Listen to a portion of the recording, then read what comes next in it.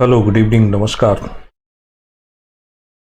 Welcome all of you. तो सब तैयार हैं आज की क्लास के लिए? दोस्तों, इस क्लास में हम लोग पढ़ रहे हैं पॉलिटी, भारतीय राज्य व्यवस्था। और ये जो पॉलिटी का लेक्चर है इसको हम इस तरीके से कवर कर रहे हैं कि ना सिर्फ आपका प्रीलिम्स बल्कि मुख्य परीक्षा भी आपकी यहाँ पर कवर हो जाएगी। दोनों को लेकर के शुरू किया। आज इस क्लास का 6th लेक्चर है और साथ ही साथ इकोनॉमिक्स की क्लास भी चलती है, तो वो भी आप देख सकते हैं। यदि आपने पिछला लेक्चर देखा है तो हमने मौलिक अधिकार जो था पहला वाला, समता का अधिकार, वो समाप्त कर दिया था। आज हम इसके आगे बढ़ेंगे और स्वतंत्रता के अधिकार को पढ़ेंगे, राइट टू फ्रीडम के बारे में देखेंगे। वैसे पढ़ने को तो मौलिक अधिकार बहुत आसान है, 6 हैं, कोई भी रट सकता है, सामान्य सी बात है। लेकिन जिस ढंग से क्वेश्चन पेपर पूछा जाता है, या ये कह लो कि आजकल के क्वेश्चन आते हैं, तो सिंपल से सिंपल जो टॉपिक हैं उसके भी आंसर बड़ी मुश्किल से मिल पाते हैं। इसमें पेपर बनाने वाले का फॉल्ट नहीं है, इसमें हम तैयारी करने वाले और हम तैयारी कराने वालों का फॉल्ट है कि हम स्टूडेंट को सिर्फ सतही जानकारी देके छोड़ देते हैं कि बस ये मौलिक अधिकार है, आर्टिकल इतने से इतने तक की बातें हैं। हमें थोड़ा सा इसमें डीप नॉलेज देना पड़ेगा। यदि मैं एस्पिरेंट्स हूँ तो मैं ये बात करूँ कि हाँ, मुझे थोड़ा सा गहराई से भी हर विषय टॉपिक को पढ़ना पड़ेगा। इसे कहते हैं कि एक विषय के संबंध में अपनी समझ विकसित कर लेना। अगर आप विषय के संबंध में अपनी समझ विकसित करते हुए चलेंगे, निश्चित ही आप किसी भी प्रकार के प्रश्न का उत्तर दे पाओगे और अपनी समझ से दे पाओगे। आर्टिकल नंबर 19 से स्टार्ट करते हैं। 19 में 6 प्रकार की स्वतंत्रताएं दी गई हैं। वो स्वतंत्रताएं हैं वो आप रट लेंगे, है ना। पहली है वाक एवं अभिव्यक्ति की स्वतंत्रता, यानी इसका अर्थ ये रहता है कि भारत का नागरिक जो है अपने बात को यानी अपने विचारों को अभिव्यक्त करने की स्वतंत्रता रखता है। इन सारी स्वतंत्रताओं को पूरा समझें, इसका कुछ मीनिंग और निकालें, विशेष करके जो नए एस्पिरेंट्स हैं। यहाँ आप स्टार्टिंग में ही ध्यान दे लो कि ये सारी की सारी स्वतंत्रताएं सीमित हैं, लिमिटेड है, यानी इन पर रोक लगाई जा सकती है भारत की संप्रभुता, लोक अखंडता, लोक व्यवस्था, यानी ऐसा कहना चाहिए लोकाचार और सदाचार को देखते हुए इन पर रोक लगा सकते हैं।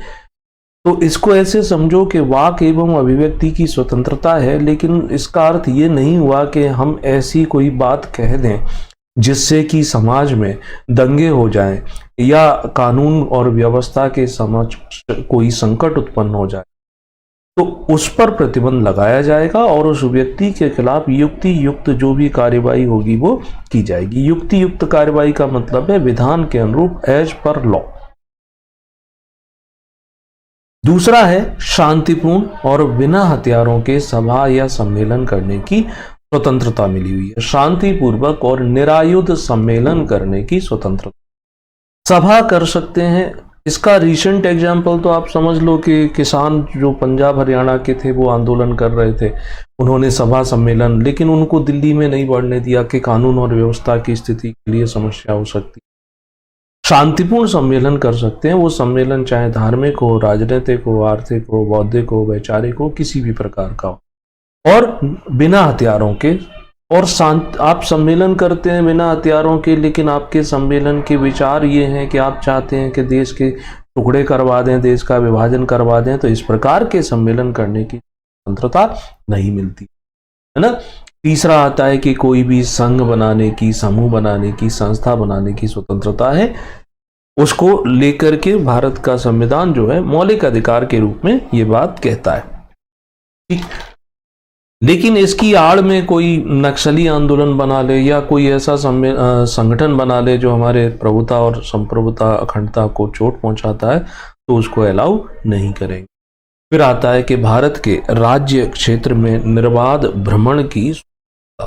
इसका अर्थ ये हुआ कि इंडिया में कहीं पर भी किसी भी व्यक्ति को बिना रोक टोक भ्रमण करने की स्वतंत्रता मिली हुई है, वो जा सकता है, ठीक है। अब इसका अर्थ भी यहां समझो, ये सब लिमिटेड है। इट मीन्स कि अगर किसी व्यक्ति के जाने से वहाँ का माहौल खराब होता है, वहाँ की जो हार्मोनी है उसको नुकसान पहुँचता है, तो जरूर रोक देंगे। जैसे मान के चलो, उदाहरण ले लें, मणिपुर में इस समय स्थितियां जो हैं सामान्य नहीं है। अब कोई राजनीतिक पार्टी, राजनीतिक दल का नेता वहां जाना चाहता है तो उस पर हो सकता है रोक लगा दी जाए, उसके मोटिव को जब तक समझा ना जाए तब तक के लिए। ठीक है। फिर अगला आता है कि भारत में कहीं पर भी निवास करने की स्वतंत्रता, कि भारत राज्य क्षेत्र में, भारत में कहीं पर भी व्यक्ति बस सकता है। ठीक है। और नेक्स्ट आता है छठवां, अपनी पसंद का व्यवसाय करने की स्वतंत्रता। यानी कोई भी, अगर आप फेयर एक्ट पढ़ते हैं या डीडी वसू पढ़ते हैं तो उसमें शब्द लिखे मिलेंगे, कोई भी वृत्ति, है ना, वृत्ति या आजीविका या व्यापार करने की स्वतंत्रता। तो इसका मतलब यही है कि आप अपना जीवन यापन कैसे करना चाहते हैं। कोई रोजगार करना चाहते हैं, दुकान खोलना चाहते हैं, कोई बड़ा बिजनेस करना चाहते हैं, आप जॉब करना चाहते हैं, तो ये आपके ऊपर है। आपके ऊपर सरकार का या किसी व्यक्ति का कोई दबाव नहीं है कि नहीं आप यही कार्य करेंगे। अगर इकोनॉमिक्स के लेक्चर में हम पढ़ते हैं ना, एक व्यवस्था देखते हैं जिसे कहते हैं साम्यवादी, और दूसरी होती है जिसे कहा जाता है समाजवादी। अब साम्यवादी व्यवस्था अधिक कठोर होती है। ये कठोर होती है इन द सेंस, ये समझ लो कि व्यक्ति के श्रम पर भी उसका अधिकार नहीं होता है, तो उसके ऊपर दबाव होता है कि उसको क्या काम करना पड़ेगा। लेकिन यहाँ ऐसी कोई भी, किसी भी प्रकार का दबाव हमारे ऊपर नहीं है। तो ये दी गई सारी की सारी 6 स्वतंत्रताएं भारत की प्रभुता और अखंडता को ध्यान में रखते हुए, लोकाचार और सदाचार को ध्यान में रखते हुए, लोक व्यवस्था के हित में सरकार चाहे, यानी राज्य चाहे तो सीमित कर सकता है। ठीक है। तो ये सभी स्वतंत्रताएं असीमित नहीं हैं, इनको लिमिटेड रूप में दिया जाता है। तो आर्टिकल नंबर 19 कंप्लीट हो जाता है। अब चलते हैं हम मौलिक अधिकार से जुड़े हुए आर्टिकल नंबर 20, स्वतंत्रता के जो अधिकार है उससे संबंधित दूसरा अनुच्छेद। इसमें अपराध के लिए दोष सिद्धि के संबंध में कुछ संरक्षण दिए गए हैं, कुछ संरक्षण देने संबंधी प्रावधान किए गए। 3 प्रमुख बातें आती हैं। सरल भाषा में देखें कि किसी भी व्यक्ति को ऐसे अपराध के लिए दोषी नहीं ठहरा सकते जो उस समय अपराध घोषित नहीं था। यानी इसको ऐसे समझ लो कि किसी भी व्यक्ति को हम तब तक अपराधी नहीं मान सकते जब तक उसके द्वारा किया गया कार्य किसी कानून के अंतर्गत अपराध की श्रेणी में नहीं आता है। यानी ये सिद्ध ना हो जाए, ये प्रूव ना हो जाए कि व्यक्ति ने ये काम किया है और वो इस लॉ के तहत क्राइम है। जैसे मान लो स्मोकिंग या ड्रिंक करना, अल्कोहल पीना या बीड़ी सिगरेट पीना। आगे चल करके सरकार क्या करती है कि कानून बना देगी, इस पर प्रदूषण बढ़ रहा है या बीमारियां बढ़ती हैं, क्राइम बढ़ते हैं, कि ये ऐसा करने वाले व्यक्ति को कम से कम 30 दिन की जेल होगी। अब मान लो आज के समय में जब ये कानून अभी नहीं है प्रेजेंट में और वह यह कार्य करता है, तो अब उसके द्वारा यह किया गया कार्य किसी भी कानून के तहत अपराध की श्रेणी में नहीं आता। आगे आने वाले समय में आप ऐसा कानून बना देते हो तो आज जो कार्य किया गया है वो उस दिन अपराध नहीं हो सकता। इसका मतलब ये हो जाता है कि कोई भी ऐसा कानून नहीं हो सकता जो भूतलक्षी हो। यानी भूतलक्षी विधान से क्या करते हैं, हमको प्रोटेक्शन प्रोवाइड करते हैं। भूतलक्षी विधान की पुरानी बैकडेट में आप कानून को लागू नहीं कर सकते। ठीक है। तो अपराध की दोष सिद्धि के संबंध में संरक्षण पहला तो ये दिख गया। दूसरा क्या कहता है कि किसी भी व्यक्ति को एक ही अपराध के लिए एक से अधिक बार सजा नहीं दी जा सकती। यानी एक अपराध किया है, उसको उस अपराध के लिए एक से अधिक बार दंडित नहीं कर सकते हैं, ना ही दंडित कर सकते हैं, ना ही उसके खिलाफ ऐसी कोई FIR कर सकते। जैसे इसको ऐसे समझ, एक सामान्य सा नियम है बड़ा सामान्य सा नियम है कि मान लेते हैं आप किसी शहर में कोई व्हीकल चलाते हैं, बाइक, स्कूटी, कार, कुछ भी चलाते हैं, और आपने उस शहर में ट्रैफिक से, जैसे हेलमेट नहीं पहना था, अब आपने हेलमेट नहीं पहना था इसलिए आपने क्या किया, अपराध किया है, हेलमेट ना पहनने के लिए आपके ऊपर चालान किया गया, चालान आपने भर दिया, आपको रसीद मिल गई। अब आप अगले चौराहे पर चलते हैं या और आगे जाते हैं उसी शहर में, फिर से आपको पुलिस रोक लेती है, तो दोबारा से हेलमेट न पहनने के लिए उस 24 घंटे के अंदर आपके खिलाफ न तो चालान बनेगा और ना ही इस तरीके का कोई मुकदमा किया जाएगा, क्योंकि अपराध एक ही है कि उस दिन आपने हेलमेट नहीं पहना था जिसका आप भुगतान कर चुके हो। तो एक प्रकार, एक ही अपराध की एक से अधिक बार सजा नहीं दी जा सकती सामान्य। और यहां मैंने बोला कि एक से अधिक बार अभियोजित भी नहीं कर सकते, यानी उसके ऊपर मुकदमा भी आरोपित नहीं कर सकते। तो ये भी हमें अपराध के दोष सिद्धि के संबंध में संरक्षण प्रदान कर देता है।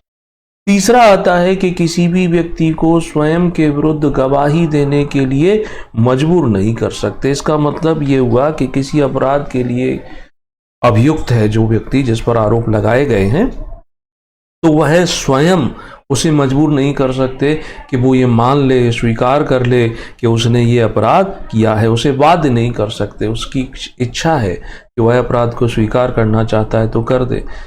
पुलिस को, अन्य एजेंसियों को तमाम सबूत, गवाह जुटा करके उसके अपराध को प्रमाणित करना पड़ेगा कि हाँ इसी व्यक्ति के द्वारा ये अपराध किया गया है।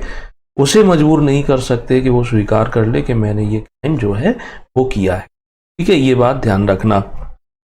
अब कुछ प्रकरण जैसे हम सुनते हैं ना, पॉलीग्राफ टेस्ट या लाई डिटेक्टर टेस्ट जिसे हम बोलते हैं, तो इसमें भी तो क्या होता है कि केमिकल कुछ उपयोग में लाते हैं, इंजेक्ट करते हैं और उस व्यक्ति से फिर कहलवाते हैं कि वो वहाँ पर उसने ये किया था। तो ये पॉलीग्राफ टेस्ट या ब्रेन मैपिंग जो टेस्ट है, इसको सुप्रीम कोर्ट ने क्या माना है, आर्टिकल 20, और ये कौन सा है, -3 है ना, तीसरा है ना, इसका वायलेशन माना हुआ है। तो सुप्रीम कोर्ट ने डिसीजन दिया हुआ था 2000 में, और ये केरल में, केरल का एक मुकदमा था, केरल नहीं, सेल्वी बनाम कर्नाटक राज्य, उसमें ये माना हुआ है। तो ठीक, अब फिर प्रश्न ये उठता है, तो जब इसको ऐसा माना है कि ये इसका वायलेशन है, तो हर परिस्थिति में हर क्राइम के लिए अलाउ भी नहीं करते हैं। पुलिस उस किसी भी व्यक्ति का लाई डिटेक्टर टेस्ट नहीं करवा सकती है। पुलिस इसके लिए कोर्ट में ही जाती है, यानी न्यायपालिका, न्यायालय की अनुमति लेकर के ही विशेष परिस्थितियों में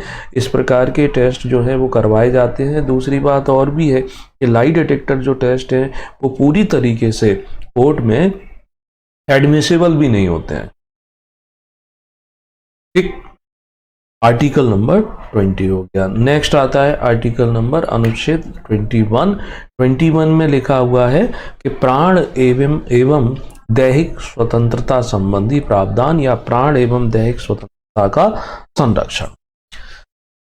अब आर्टिकल 21 ये कहता है कि किसी भी व्यक्ति को उसके प्राण एवं दैहिक स्वतंत्रता से विधि के द्वारा स्थापित प्रक्रिया का पालन किए बिना वंचित नहीं कर सकते। यानी इसको ऐसे समझ लो कि किसी भी व्यक्ति को अगर दंड देना चाहते हो तो कानून की पूरी प्रक्रिया का पालन किए बिना उसे दंड नहीं दे सकते। यानी एक प्रकार से ये क्या है, जीवन का अधिकार है ना, जीवन का अधिकार है। यहां अगर किसी ने हत्या की है तो हत्या के बदले में उसकी हत्या नहीं कर सकते। इसके लिए एफआईआर होगी, उसको आरोपी बनाया जाएगा, जांच होगी, न्यायालय में उसको भी अपना पक्ष रखने का अवसर मिलेगा। न्यायालय तय करेगा कि उसको क्या सजा दी जाए। ठीक है ना। तो कानून की पूरी प्रक्रिया का पालन किए बिना उसे उसके जीवन से, अनिल जी नमस्कार, ये बात आपको समझनी होगी। अब जीवन का अधिकार दिया है, मरने का अधिकार नहीं देता है आर्टिकल नंबर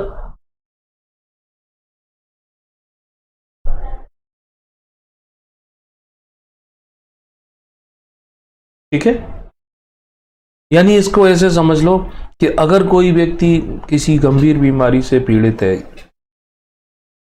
उसके लिए जीवन जीना अधिक कष्टप्रद हो चुका है, वो चाहता है कि उसे इच्छा मृत्यु दे दी जाए, उसकी इच्छा है कि मृत्यु को प्राप्त कर, तो वो राष्ट्रपति को अपील करता है। ऐसा हम न्यूज़पेपर में पढ़ते हैं, गंभीर बीमारी से कोई ग्रसित होता है तो राष्ट्रपति ऐसी अपील पर कोई निर्णय नहीं देता है, क्योंकि हमारे देश में मरने का अधिकार नहीं, यानी 21 मरने के बारे में बात नहीं करता है, 21 जीवन के बारे में बात करता है, 21 जीवन के लिए उचित दशाएं हों उनके बारे में भी बात करता है ना। तो आर्टिकल 21 और आर्टिकल 14 जो है, इन दोनों को सम्मिलित करके भी पढ़ा जाता है कभी कभी। इसी में हम जो है आर्टिकल 21A जो है वो भी जोड़ देते हैं। 21A में जैसे राइट टू एजुकेशन की बात करते हैं ना, कि 6 से 14 आयु वर्ग के जो बालक बालिकाएं उनको निःशुल्क और अनिवार्य शिक्षा मिलेगी। तो ये जो 21 हुआ 14 हुआ, इनको कंबाइंड पढ़ने का अर्थ ये हो गया कि जीवन सिर्फ जीने का नहीं बल्कि ऐसी दशाएं भी मिले व्यक्ति को जिससे कि वो मानवीय जीवन, एक गरिमापूर्ण जीवन जो है वो जी सके। इन्हीं आधारों पर क्या होता है कि धूम्रपान पर निषेध भी किया जाता है ना। इन्हीं आधारों पर क्या आता है कि राइट टू प्राइवेसी भी निकल के आता है कि निजता का अधिकार हो गया या एकांतता का अधिकार हो गया, है ना, भोजन पाने का अधिकार हो गया, या फिर इसी से निकल के आता है कि हथकड़ी आम लोगों को, यानी जो सामान्य क्राइम करते हैं उनको हथकड़ी नहीं लगाई जा सकती। ये सब इसी के क्या है, इंटरप्रिटेशन। और आपको यहाँ ध्यान ये भी देना है कि देखो मौलिक अधिकार क्या है, विशेष हैं, लेकिन इन मौलिक अधिकारों को राज्य चाहे तो क्या कर सकता है, सस्पेंड कर सकता है, स्थगित कर सकता है। सभी मौलिक अधिकार सस्पेंड हो जाएंगे, मगर आपको ध्यान रखना है कि आर्टिकल नंबर 20 में दिए गए प्रावधान और आर्टिकल नंबर 21 में दिए गए जो प्रावधान है, ये किसी भी परिस्थिति में इनको सस्पेंड नहीं कर सकते, इनको नहीं रोक सकते। 20 में अगर जैसे इमरजेंसी लगती है तो मौलिक अधिकारों को स्थगित कर देते हैं, इमरजेंसी लगी है तो तब भी इसका अर्थ ये नहीं हो जाएगा कि आपको एक अपराध के लिए 1 से अधिक बार सजा मिल जाए, या फिर किसी भी कानून को आप बैकडेट में लागू कर सको, या फिर किसी भी व्यक्ति को अपने ही विरुद्ध गवाही देने के लिए मजबूर किया जाए। ये सब नहीं होगा। और इमरजेंसी लगी है तो इसका अर्थ भी ये भी नहीं निकलता है कि कानून की प्रक्रिया का, यानी विधि की पूरी प्रक्रिया का पालन किए बिना आप किसी भी व्यक्ति को दंडित कर दो। तो ये विशेष हैं 20 और 21, इसको लेकर भी पूछ देते हैं कि ये कब, कौन से ऐसे आर्टिकल हैं जो स्थगित नहीं होता है। नेक्स्ट आर्टिकल नंबर आता है 22। ये क्या कहता है, चलो इसके बारे में जान लेते हैं। इसमें लिखा है कि कुछ परिस्थितियों में गिरफ्तारी और निरोध से संरक्षण, अरेस्ट करने से, डिटेन करने से प्रोटेक्शन देता है। कब देता है, किस पे? तो देखो पहली बात आती है कि जब किसी व्यक्ति को अरेस्ट किया जाएगा तो अरेस्ट किया जा रहा है तुरंत उसे बताया जाएगा, कारण बताया जाएगा कि क्यों अरेस्ट किया जा रहा है उसको या उसकी फैमिली को। और अरेस्ट होने के साथ साथ वो अब जिस भी वकील से, यानी जो भी उसकी पसंद का व्यक्ति है, उससे वो कानूनी सलाह ले सकता है ना। उसे इस अधिकार से वंचित नहीं कर सकते हैं, बशर्ते वह उस वकील की फीस देने में सक्षम हो। सरकारी खर्चे पर उसकी पसंद का वकील नहीं बुलाया जाएगा। दूसरी बात इसमें आती है कि जब कभी अरेस्ट किया जाता है तो 24 घंटे के अंदर उसे जो भी पास वाला मजिस्ट्रेट होगा वहां प्रस्तुत किया जाएगा। आगे मजिस्ट्रेट डिसाइड करेगा कि उसको कस्टडी में रखना है, नहीं रखना है, छोड़ना है, उसे जुडिशियल कस्टडी में भेजना है या उसे पुलिस की अभिरक्षा में ही रखना है।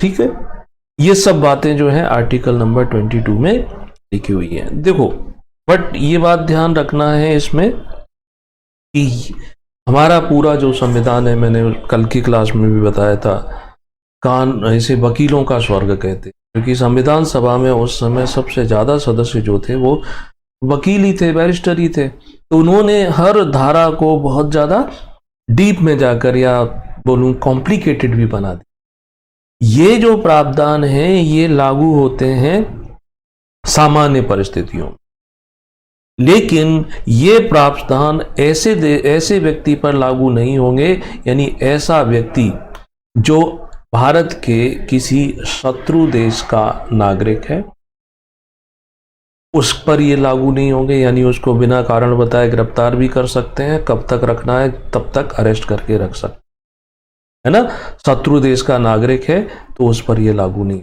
अब शत्रु देश कौन है हमारा, अगर मैं ये प्रश्न पूछूं तो आप लोग बता सकते हो, तो आप सबसे पहले पाकिस्तान का नाम लिखोगे, लेकिन भारत का कोई शत्रु देश अभी नहीं है। दूसरी बात क्या होती है कि ये जो कानून है या ये ऐसी गिरफ्तारी पर जहां पर निवारक निरोध का उपबंध करने वाला कोई कानून है उस पर ये लागू नहीं होते हैं।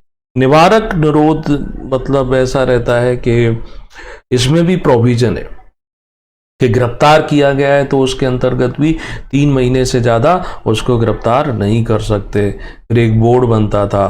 तो निवारक निरोध क्या होते हैं, यानी समय समय पर बनाए गए कुछ विशेष प्रकार के कानून, उनको हम निवारक निरोध के नाम से जानते हैं। यानी पहले जो निवारक निरोध बनाया गया था 1950 में बनाया गया था, जो कि संसद ने 1969 में समाप्त कर दिया।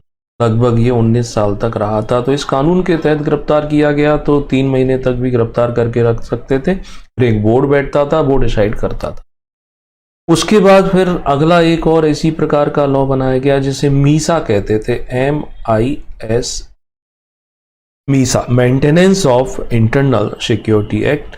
ये 1971 में बनाया गया था और 1978 में ये समाप्त किया गया। इमरजेंसी जब इंदिरा गांधी ने लागू की थी 1975 में, तो उस इमरजेंसी के दौरान उन्होंने विरोधियों को और कांग्रेस के अंदर भी जो उनके विरोधी थे उन सारे नेताओं को अरेस्ट करके जेल में डाल दिया था इसी कानून के अंतर्गत। इसी दौरान लालू प्रसाद यादव, जो आजकल चारा घोटाले में हैं, सजा भी मिली है उन्हें, तो वो भी गिरफ्तार हुए थे। तो उनकी लड़की का जन्म हुआ था जब वो जेल में थे, तो उन्होंने अपनी लड़की का नाम मीसा भारती, मीसा एक उनकी जो पुत्री है, तो इसी कानून की वजह से उन्होंने उसका नाम मीसा भी रख दिया। तो ये 71 में बना। जब बाद में इंदिरा जी चुनाव कराए 1977 में, मोरारजी देसाई की सरकार बनी, तो उन्होंने इस कानून को समाप्त कर दिया। उसके बाद फिर एक और कानून लेकर के आए थे, विदेशी मुद्रा का संरक्षण एवं व्यसन निवारण अधिनियम, है ना, जो हुआ करता था COFEPOSA। 1974 में ये बनाया गया था, विदेशी मुद्रा से संबंधित, आगे चल करके फेरा फेमा के नाम से। फिर अभी भी जो काम कर रहा है उसे हम बोलते हैं नेशनल सिक्योरिटी एक्ट, राष्ट्रीय सुरक्षा अधिनियम 1980, है ना, ये अभी भी लागू है। इसी तरीके से चोर बाजारी और आवश्यक वस्तु कालाबाजारी, इस पर रोक लगाने के लिए भी एक और कानून बनाया था जिसे PBMSECA के नाम से जानते थे, 1980, है ना। फिर पोटा बनाया गया था, prevention of terrorism activity. Tada बनाया गया था आतंकवाद निरोधी घटनाओं के लिए, है ना। तो अभी रिसेंटली जो बना हुआ है वो UAPA करके बना हुआ है ना। तो पोटा जो था वो निरस्त कर दिया गया था 2004 में, 2002 में बना था, 4 में समाप्त कर दिया गया था। अभी UAPA चल रहा है, NSA बना हुआ है, फेरा था वो अब फेमा के नाम से। तो ऐसे कानूनों के अंतर्गत अगर गिरफ्तारी की जाती है तो ये 24 घंटे वाला प्रावधान बिल्कुल भी लागू नहीं होता। तो ये स्वतंत्रता संबंधी जो मौलिक अधिकार था, उस मौलिक अधिकार से संबंधित सभी आर्टिकल थे, रट लेना चाहिए इनको बहुत अच्छे से। नेक्स्ट अगला आता है शोषण के विरुद्ध अधिकार, राइट अगेंस्ट एक्सप्लॉयटेशन। 2 आर्टिकल हैं इसमें, एक आर्टिकल नंबर 23 है, एक आर्टिकल नंबर 24। ठीक है, तो 23 और 24 क्या कहते हैं? पहले 23 कहता है कि मानव के दुर्व्यापार और बलात् श्रम पर रोक, मानव का दुर्व्यापार यानी कि मानव तस्करी, ये सब इसके अंतर्गत वैश्यावृत्ति यानी महिलाओं से जो अनैतिक कार्य करवाए जाते हैं वो पूरी तरीके से प्रतिबंधित है। बच्चों से भी अगर कोई अनैतिक कार्य कराए जाते हैं वो भी प्रतिबंधित। बेगारी का मतलब हो जाता है कि मुफ्त में काम करवाना, काम करवा लिया, बंधुआ मजदूरी भी इसी के अंतर्गत आ जाती है, लेकिन पैसे ना देना, कम देना, बंधुआ मजदूरी होगी, बॉन्डेड लेबर। तो या बलपूर्वक काम करवाना, फोर्सफुली काम करवाना, कर्जा ले लिया है, काम करवाए जा रहे हो, तो ये सब क्या है, उस व्यक्ति के शोषण है, एक्सप्लॉयटेशन है, तो उस पर रोक लगाता है। ठीक है, बट यहाँ पर आपको ये ध्यान रखना चाहिए कि यदि सरकार किसी सेवा को अनिवार्य कर देती है तो वो इसका वायलेशन नहीं माना जाए। 24 क्या कहता है? 24 कहता है कि 14 वर्ष से कम आयु के किसी बालक को किसी भी खतरनाक स्थान पर काम पर नहीं रखा जाएगा, यानी खतरनाक स्थान पर काम पर नियोजित नहीं किया जाएगा। आगे चल करके कानून बनाया गया, बाल श्रमिक पूरी तरीके से प्रतिबंधित ही कर दिया गया है। तो शोषण के विरुद्ध अधिकार में सिर्फ 2 आर्टिकल आते हैं। ठीक है, इसके बाद अगला जो है वो है धार्मिक स्वतंत्रता संबंधी अधिकार। उसमें 25 से लेके 28 तक आर्टिकल हैं, और इसके आगे के जो आर्टिकल बचेंगे वो मैं आपको कल की क्लास में सुबह आपको 11 बजे बताऊंगा। उस समय आप इसको लाइव जोड़ सकते हैं, देख सकते हैं। तो ये जो पॉलिटी के आर्टिकल हैं ये तो आप रट लोगे, बट इसमें फिर चीज़ें कुछ और जुड़ जाती हैं। वो चीज़ें क्या रहती हैं कि जैसे मौलिक अधिकार, उसका महत्व क्या होगा, प्लस ऐसे भी प्रश्न आ सकते हैं कि बताओ नीति निर्देशक तत्व और मौलिक अधिकार दोनों में टकराव की स्थिति हो तो किसको माना जाएगा? मौलिक अधिकार को प्रायोरिटी दी जाएगी या नीति निर्देशक तत्वों को प्रायोरिटी दी जाएगी? संसद क्या सारे मौलिक अधिकारों को बदल सकती है, हटा सकती है? तो ये सब जो विचार हैं, ऐसे जो प्रश्नों से संबंधित, उनके उत्तर भी आपको यहाँ पर इस क्लास पर मिलते रहे। तो कीप वॉचिंग, अपने दोस्तों के साथ इसे शेयर जरूर कीजिए, और आपकी कोई क्वेरी है तो कमेंट बॉक्स ओपन रहता है, उसमें आप। अभी के लिए इतना, thank you and good luck.